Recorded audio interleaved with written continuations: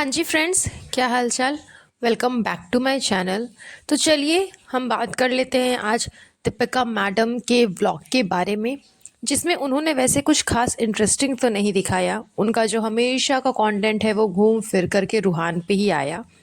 तो उसी के बारे में आज चर्चा कर लेते हैं, लेकिन उससे पहले बात कर लेते हैं बेटी खाला के बारे में कि उन्होंने भी लेबल DKI का जो आउटफिट है उसे पहना है चबूतरा के सेकेंड वेडिंग एनिवर्सरी पर। मतलब मैडम साहिबा तो पीछे नहीं ही हटती थी प्रमोशन करने से। अब घर के बाकी सदस्य भी धीरे धीरे धीरे धीरे कर करके मैडम के जो आउटफिट्स है उसे प्रमोट करने में लगे हुए हैं। मतलब हर कोई प्रमोशन के चक्कर में पड़ चुका है।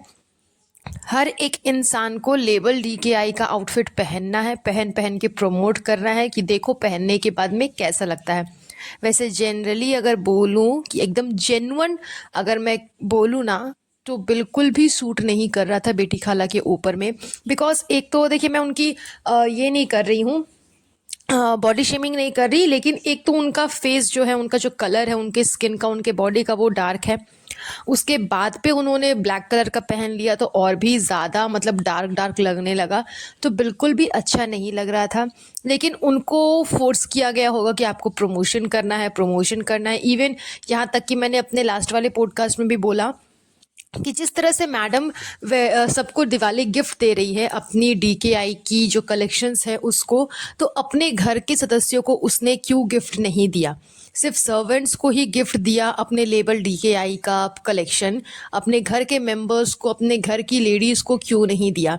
तो हो सकता है मैडम ने इसी पर्पस से बेटी खाला को भी एक ड्रेस गिफ्ट कर दिया होगा। एंड बेटी खाला ने मौके पे चौका मार दिया।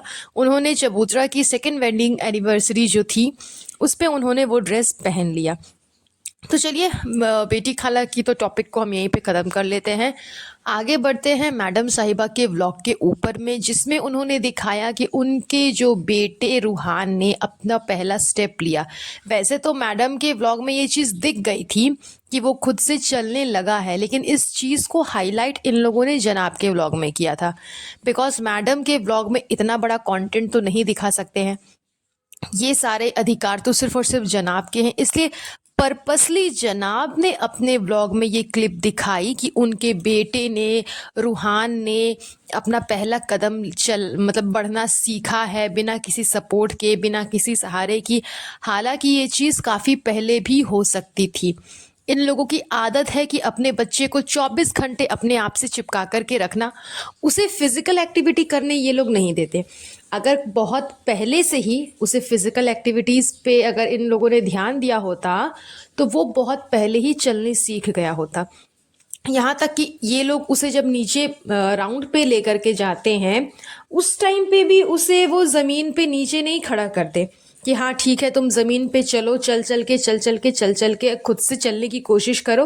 नहीं, उस टाइम पे ये लोग उसे उसमें जो उसका वो बैठने वाला है जो कुछ भी है उस पे बैठा करके उसके बाद उसे खुद चलाते रहते हैं। उस बच्चे को छोड़ते ही नहीं है कि वो खुद से मतलब कोशिश करे चलने का या फिर खड़ा होने का बिना किसी सपोर्ट के। बिल्कुल भी नहीं। ये लोग मतलब उसे, वो होता है ना कि बच्चे को बिगाड़ना, वो चीज़ ये लोग करते हैं। ये लोग 24 घंटा उसके साथ में रहते हैं और मतलब अपने आसपास उसे रखते हैं। ये नहीं कि और भी बच्चे हैं सोसाइटी में उनके साथ में उसे खेलने के लिए छोड़ दे, या फिर अगर नहीं भी सोसाइटी में बच्चे हैं तो कहीं बाहर जाए प्लेग्राउंड में, वहाँ पे ढेर सारे बच्चे आते हैं शाम को सुबह में खेलने के लिए, पार्क में लेकर के चले जाएं ताकि बच्चों से इसका इंटरेक्ट हो, तो ये बच्चे के साथ में खेले। बच्चों को क्या है कि वो बच्चों को देख करके खाते हैं, बच्चों के को देख करके खेलते हैं, बच्चों को देख करके पढ़ते हैं। इनका ऐसा होता है कि वो जो दूसरा कर रहा है, दूसरा बच्चा जो कर रहा है मैं भी वही करूँगा। तो ये लोग इन सब चीज़ पे ध्यान देते ही नहीं, बस 24 घंटे उसे 5 BHK में घुसा करके रखे रहते हैं, कहीं बाहर नहीं आना जाना, बाहर के एनवायरनमेंट से उसे घुलने मिलने ही नहीं देते। इस वजह से इनका बच्चा जो है वो काफ़ी ज़्यादा स्लो है एंड बहुत लेट से उसने चलने सीखा, जबकि वो बहुत पहले ही चलना सीख चुका होता। तो ये सारी चीज़ें तो खैर हो गई रूहान के बारे में। इसके बाद मैडम ने भी फिर से अपना एक और आउटफिट पहन करके दिखाया, प्रमोशन किया। किस पे? चबूतरा की वेडिंग एनिवर्सरी पे। एंड अधिकतर लोगों ने मैडम को ये चीज़ कही है कि मैडम सबको पता है कि आपका जो कलेक्शन है वो किसी काम का नहीं है, किसी लायक का नहीं है। आप एक नॉर्मल से ड्रेस को इतना ज़्यादा ओवर कोटेड करके दिखा रही हो कि यहाँ से यस गाइस, यहाँ से लेस है गाइस, एंड यहाँ से ये है गाइस, एंड यहाँ से वो है गाइस, ये सिल्क का कपड़ा है, फिर यहाँ पे शिफॉन है, एंड फिर इसमें ये मटेरियल है, एंड फिर इसमें ये गोटा पट्टी है। मतलब सबको पता है कि किसी काम का नहीं है इनका ड्रेस। उसमें आप कितना भी गोटा पट्टी जड़ लो, कितना भी नेट लगा लो, कितने भी मोती लगा लो, कोई फ़र्क नहीं पड़ने वाला। उसमें कितना भी अच्छा से अच्छा दुपट्टा हो, चाहे वो शिफॉन का हो, चाहे वो कॉटन का हो, चाहे वो सिल्क का हो, जॉर्जेट का हो, या फिर किसी भी चीज़ का हो, आपका जो कलेक्शन है वो बहुत ही बेकार है, हर टाइप का। ये नहीं बोल रही कि सिर्फ डेली पहनावा ही बेकार है, सारे कलेक्शंस 4 आइटम इन्होंने मतलब रखा है, चारों के चारों आइटम ही बेकार है, कोई भी लायक का नहीं है। एंड मुझे तो लगता है कि मैडम ने जो हैवी प्राइस वाले जो ड्रेस रखे हैं ना, वो मैडम किसी स्पेशल इवेंट पे निकाल करके पहनेगी कि यस गाइस, आज देख लो ये जो मेरा कलेक्शन है लहंगा का, आज मैंने इस लहंगे को कैरी किया है, ये भी सैम्पल पीस है गाइस, इसलिए इसमें थोड़ी मोड़ी प्रॉब्लम है, बाकी आप लोगों के लिए जो है ना वो बहुत अच्छा बन करके आया है। तो जिस तरह से ये एक एक ड्रेस निकाल निकाल के मैडम पहन रही है, बहुत जल्दी जो लहंगा है इनका वो भी ये निकाल करके किसी बड़े इवेंट में पहनने वाली है, एंड लोगों को वो चीज़ भी प्रमोट करने वाली है, जबकि उसकी प्राइस तो खैर बिल्कुल आसमान से भी ऊपर है, जो कि नॉर्मल इंसान के लिए कैरी करना है हो ही मतलब कैरी ही नहीं कर सकता। एंड बात हो गई इन सब चीज़ के बाद इनका जो इंटरनेशनल शिपिंग था कि वो अभी तक चालू हुआ है या नहीं, उसके बारे में मैडम ने अभी तक कुछ भी नहीं कहा है। ये जो हमेशा बोलते रहती है कि मेरा जो आउटफिट है, हमारे जो कलेक्शंस है वो आउट ऑफ स्टॉक है, आउट ऑफ स्टॉक है, तो ऐसा कुछ भी नहीं है मैडम। आपके जो स्टॉक है उसको लोग परचेज़ ही नहीं कर रहे हैं, आपके कलेक्शन को लोग परचेज़ ही नहीं कर रहे हैं। तो ये सब सिर्फ मैडम ट्रोलिंग से बचने के लिए कह रही हैं कि आउट ऑफ स्टॉक हो गया, इसका ये वाला पीस आउट ऑफ स्टॉक हो गया, इसका ये वाला पीस आउट ऑफ स्टॉक हो गया, जबकि ऐसा कुछ भी नहीं है। मैडम ने जब व्लॉग शूट किया था दिवाली वाला कि मैं अपने सारे सर्वेंट्स को गिफ्ट कर रही हूँ अपने DKI का कलेक्शन, तो वहाँ पे काफ़ी स्टॉक में काफ़ी पीसेस रखे हुए थे। ऐसा देख के लग ही नहीं रहा था कि कोई भी पीस आउट ऑफ स्टॉक हो जाएगा या होने वाला है, क्योंकि काफ़ी सारे पीसेस थे।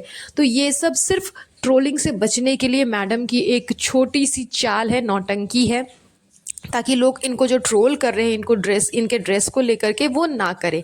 इसके अलावा हर हमेशा रूहान को कंटेंट बना लेना, ये तो इनका मतलब एकदम रेगुलर रूटीन हो चुका है कि रूहान खा रहा है, रूहान चल रहा है, रूहान सो रहा है, रूहान हंस रहा है, रूहान खेल रहा है। अभी तो इन लोगों ने अपने बच्चे को एक बैड हैबिट सिखा दिया, वो जीभ निकालने वाला, कि इस तरह से करो।